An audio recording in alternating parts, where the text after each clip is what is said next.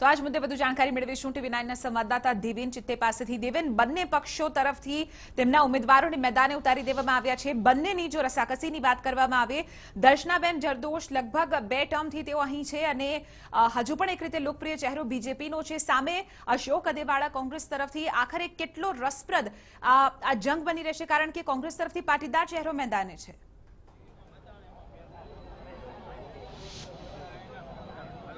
જે એક નક્કી જ હતું કે કોંગ્રેસ તરફથી ભાવનગર તરફના કોઈ ઉમેદવાર જે છે તેને ઉતારવામાં આવે અને તેના કારણે જે અશોક અધેવાડા જે છે તેની પસંદગી કરવામાં આવી છે। તેના જે સમર્થકો છે કોંગ્રેસના, તેઓ હવે આ પાટીદાર વિસ્તાર જે છે તે પાટીદાર વિસ્તારમાં અત્યારે મોટી સંખ્યામાં જે છે તે અશોક અધેવાડા જે છે તે અશોક અધેવાડાના જે સમર્થકો છે તેઓ હવે અહીંયા ધીરે ધીરે એકત્રિત થવાના જે છે શરૂ થઈ ગયા છે।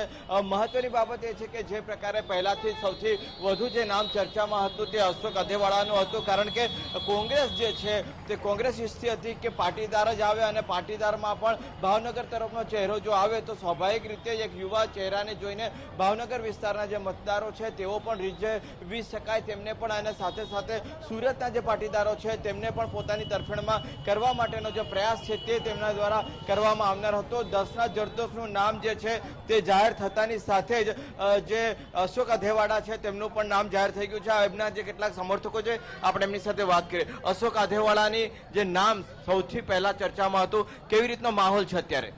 અત્યારે સારા સુરત શહેરની અંદર સંસદની અંદર અત્યારે ઉમંગ અને આનંદનો ઉત્સવ ઉજવાઈ રહ્યો હોય એવું વાતાવરણ થઈ ગયું છે, કારણ કે અશોક અધેવાડા એક યંગ છે અને એક યંગની અપેક્ષા લોકોના મત વિસ્તારની અંદર, સારા મત વિસ્તારની અંદર હતી, કારણ કે ભારતીય જનતા પાર્ટીના સાંસદ એવા બેન શ્રી દર્શનાબેન જરદોશને આ વિસ્તારના કોઈ પણ મતદાતાઓએ કે લોકોએ જોયા નથી અને અશોક અધેવાડા જેવા નવયુવાન જ્યારે આ કોંગ્રેસ પાર્ટીએ જ્યારે ઉમેદવાર તરીકે નિયુક્ત કરેલા હોય તે એટલે સારા એ વાતાવરણની અંદર એક અપેક્ષા અને ઉજ્જવળ વાતાવરણ જોવાઈ રહ્યું છે અને ઠેર ઠેર ફટાકડા ફોડી અને આ ઉમેદવારને વધાવી રહ્યા છે। તમે શું માનો છો જે રીતે અશોક અધેવાડાની જે પસંદગી કરવામાં આવી છે તેને લઈને? અશોકભાઈ અધેવાડાની જે પસંદગી કરવામાં આવી છે એ હકીકત આજે આ સમય પ્રમાણે એવા વ્યક્તિની જરૂર હતી, કેમ કે અહીંયાનો જે સાંસદ છે તે 10-10 વર્ષ વીતી જાય છે છતાં પણ ક્યારેય કોઈને જોવા પણ મળતો નથી અને 10-10 વર્ષની અંદર ખાલી માત્ર ને માત્ર બાકડા ઉપર પોતાના નામથી ખબર પડે કે આ સાંસદ છે।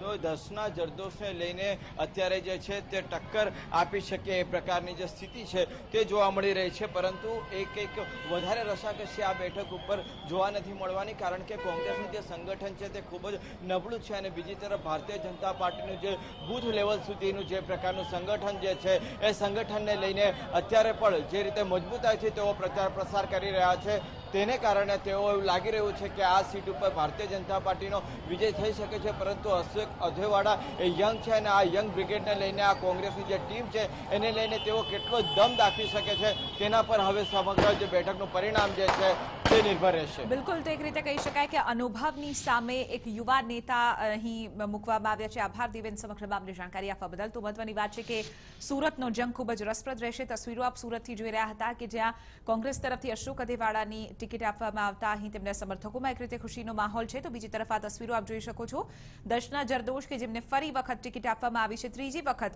તેમના ઉપર પક્ષ તરફથી વિશ્વાસ મૂકવામાં આવ્યો છે અને તેને લઈને તેમના સમર્થકોમાં પણ એક રીતે ખુશીનો માહોલ।